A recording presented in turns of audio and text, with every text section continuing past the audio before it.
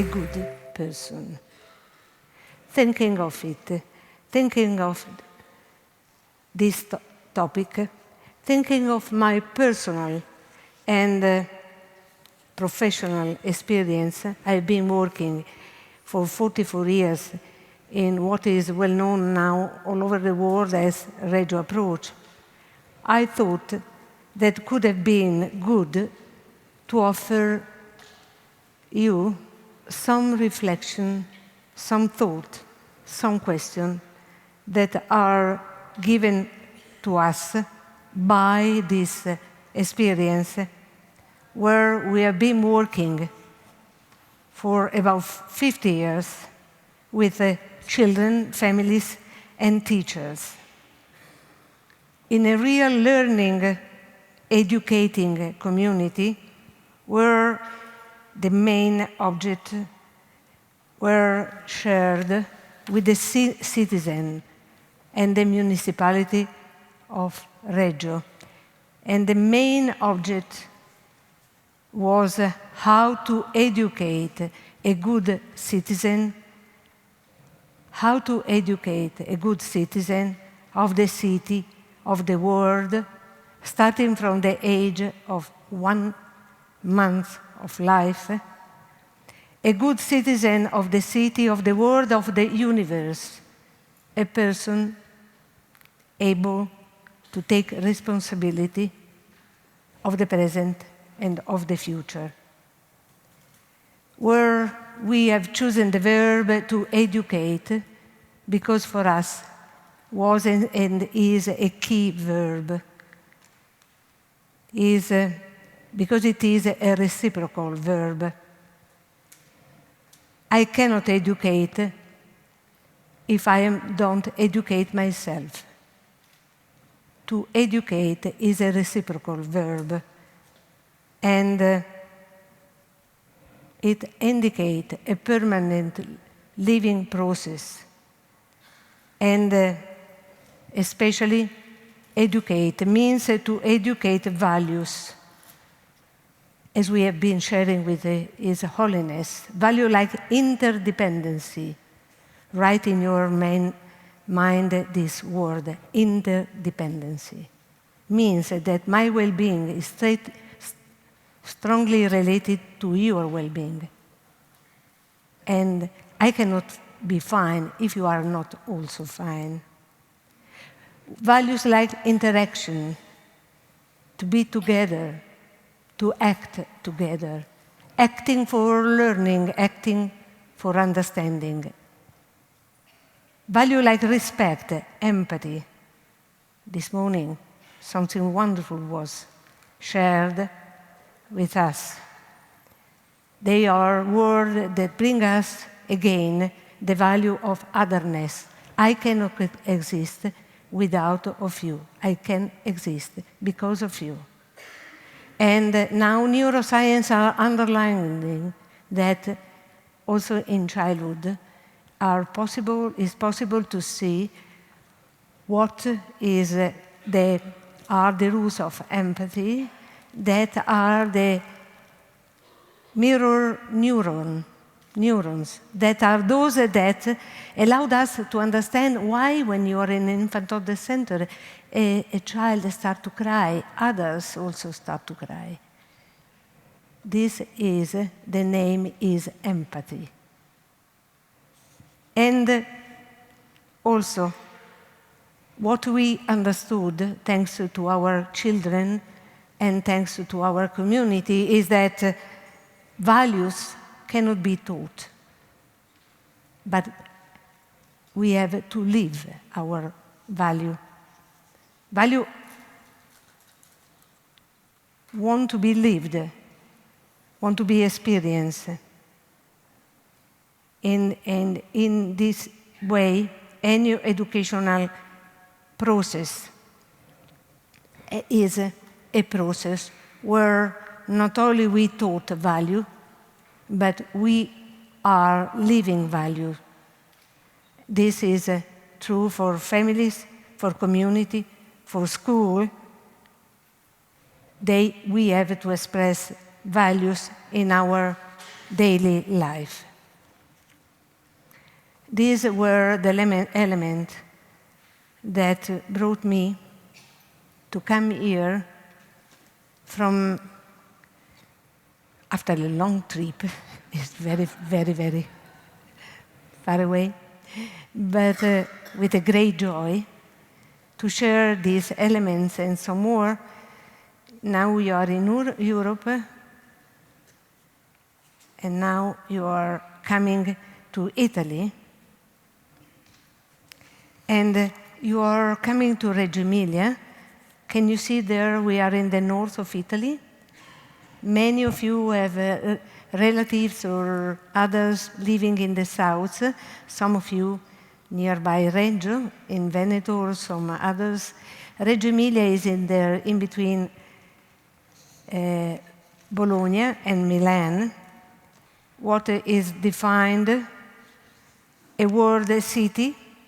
The resident population is about 172,000 inhabitants. We are living there generation after generation. The majority of us were born in Reggio. I don't know how long it will be in this way, but now new future is coming. New nationalities are becoming Reggiano. So Reggio is becoming, in some way, not only an educating community, but an educating community and a world city, an educating city. We are looking at now the age from 0 to 6, but this kind of, the concept of educating extends to other ages. We have 41% of school attendance for children from 0 to 3 and 86% from 3 to 6. Are public and private, and we talk about the integrated system. This is and was, for us, the first answer to the question how to grow a good citizen, or better, a good person. To offer them what we define 0-6 system for children from 0 to 3 to 3 to 6, because we knew from our own experience, and now thanks to neuroscience and many disciplines, that the age from 0 to 6, 0 to 8, the years are the most important year of our life. And we know, thanks to neuroscience and our own experiences, that the quality of our experience at that age become part and shape the quality of our brain. So the first years have to be the years where communities, cities, have to develop the biggest effort, really, if we want to talk about good people and good citizens. I said about the age, the importance of the age. The environment also for us has been very important to support the development of this relationship. We know that the environment is part of the education and of the educational learning experience. We know that body is part of mind. Learning, we know, is loving. You cannot learn if you don't love, and you don't love if you don't learn. They are strongly interdependent. And playfulness. Playfulness is not simply to play, but is to live and to do and to experience with joy. So learning by doing is one of our key, and where the otherness, the other children, the teachers are key element. The environment, I said, is very, very important, but also the fact that that the children can have continuity for 3 or 6 years. That's why we can talk about a community. It's not a dream, it's the effort of a city that is inspiring, fortunately, many places all over the world. We talk about, this is a classroom. We talked about a learning community. The key for us is not learning, but learning in a group and learning as a group. You cannot be good in team working when you are 18 or when you are 20 if you have not good experiences when you were a child. Experiences in appreciation of the identity of the other and of the tools of the other. But this is a place where learning is daily and offered also to the teachers and to the parents. We are a community for learners.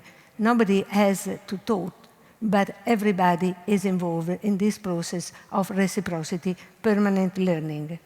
Learning from the learning of the others. Learning to be a group of learners. Learning to be in a group is not cooperative learning, it's something more. Learning to be in a group and learning to learn as a group. No limit to mistakes, to error. We welcome error and mistakes. And children are very generous to their other children. In this way, the children know that they can trust. They are unique in trusting. They can trust and they welcome the unknown, the wonder of learning. But we discover that these are values that can be shared and environments and contexts that can be offered also for the children from 0 to 3 months. We know the importance of the mother and the family for this age, but we discover how wonderful can be the dialogue between the family and the infant of the center, and how good could be the dialogue among the family to become a parent. When a child is born, a parent is born, a mother, a father is born. They become a fantastic group of learners that can learn together how to be better parent and how to be better child. And if they are surrounded of a community of peers that can help them, support them, and be supported by them, they really can understand the beauty of being a value for the others. Each of us can be a value. Other children, other persons are a possibility for our life. In a society of competition, these are words unusual, but if you live every day and you share life with children, you know that humans are made by this. We forget, but we can really be good and respectful. In this place also, we tend to offer to our children something that now is so rare, more than gold or time. We offer to our children time. Time for sharing, time for learning, time to welcome the differences, because we are all different. We are talking also about disabled children, children from other cultures. Each of us is different.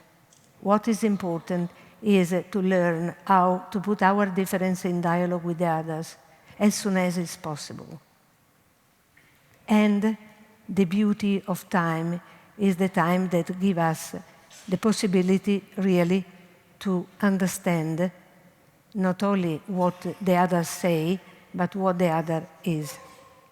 Where did it begin from? From an history and from a question.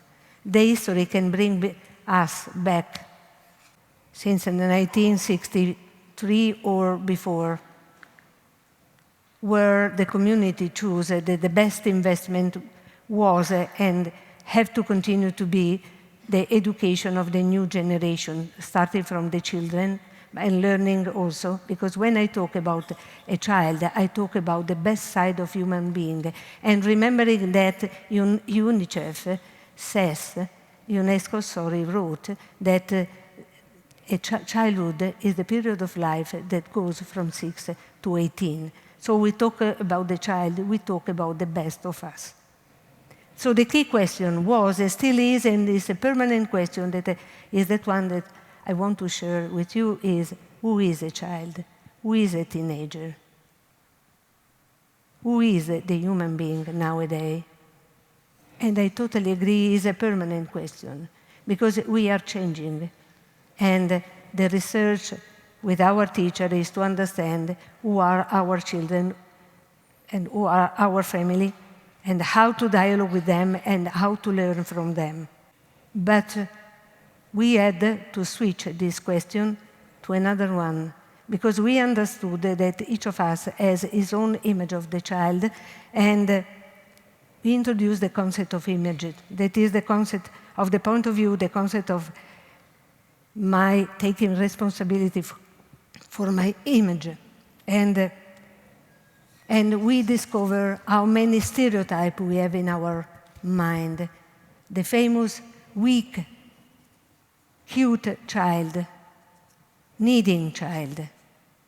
And our choice was, and still is, to look at the child, to look at the teenager with a new mind, doing what my friends in Adelaide shared with me, doing the big switch, the change of paradigm, looking at them with completely different eyes and energy, moving to look at him and to look at her with a new eyes, with a completely different point of view, offering to our society a new cultural and political point of view, and asking them to take a decision. We want to welcome every day in our school and in our society the new child that is not new, but is new because we are able to look at them with new eyes, with his or her lights, his or her competencies, his or her potential, and her being citizen from the birth. Our image of the child, that one that we discover, is the image of a child that is competent in learning, competent from the first moment of life, competent in learning, competent in looking, competent because he wants to be part of the world. He wants to learn. Only what we do in school sometimes bring them off from this process of learning, of becoming citizen and part of the society. Competent in being surprised, in wondering, in being curious, competent in life. They are ready to welcome all the kind of technologies that we can offer, digital degeneration, but remembering that also technology are languages, is the body. So remembering that digital is really the new challenge, but remembering that we are familiar with many other technologies, and we have to be able to hybridate, to be part. And the children can be our best teacher. I'm challenging. They know that friendship can offer a big emotion. They know a lot. But I want to show the competent child using I apologize with my friends, using my best friend. I met her about 30 years ago, is Laura. There are somebody in the audience that met Laura before. Laura is when I met her, she was 10 months old. Is the child that is defined cute, needing. He does not talk. She does not walk. She's unable to do anything. We love her a lot, but we don't know her. We look at her and him for what she does not do or know, but not what she knows and do. Look at Laura. One morning in one of our infant centers, she's reading. Don't laugh. She's reading. Not the letter, but she's reading the pages. Look at the concentration. When you look at a child of this age, and I can talk for an hour, lucky you that my time is going to the end, you have to look carefully, all the details. You have to learn the body language, the expression language, the 100 languages that every child and each of us has, if the context value it. Look at the face, the concentration. Can you see? Laura moved her body. Look at the teacher. Also she moved the body. If you look at them carefully, you can see the effort of Lara. We can think that she has a question for the teacher. And if we look carefully, her face, I pointed, and we look carefully, left finger of Laura, because the finger of a child is a key for the word, you know? If you have a child or a grandchild, you know exactly when they do this and this and this and this, and they ask everything. The question is here.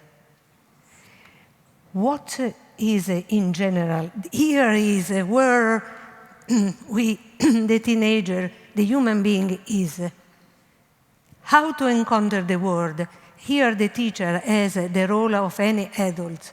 Should we explain everything, blah, blah, blah, or let her develop her style of research, of making hypotheses, since the moment of birth? Because we have to remember that they want to know. They want to know us. They want to know the world. They love to live. And that's why the teacher decided not to explain, but to help Laura to make the expansion of her own thinking. 30 years ago, the watch was doing tick-tack, tick-tack, you know, remember? Was a traditional watch. Look at the concentration. And now the teacher, that could be a mother, could be an adult, Laura can be a teenager, is with her, risking with her, offering something more advanced, another feeling, another knowledge. Look at this face. This is what we can be from 0 to 99 if we cultivate this attitude to be wonder, the desire to know, the desire to be part of our world, and the respect for this. Are you ready? Laura, probably, she's thinking. And this is the attitude that we have to preserve. To let them think, to reflect, to let them to make their own theory and hypothesis. When they are 10 months, 10 years, 20 years, 80 years old, we are thinkers because we love to know. Are you ready?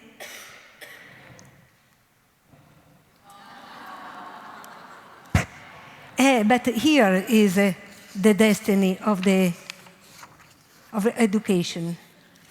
Somebody can say, oh, it's a mistake, I have to teach. No. Now, oh, look at her.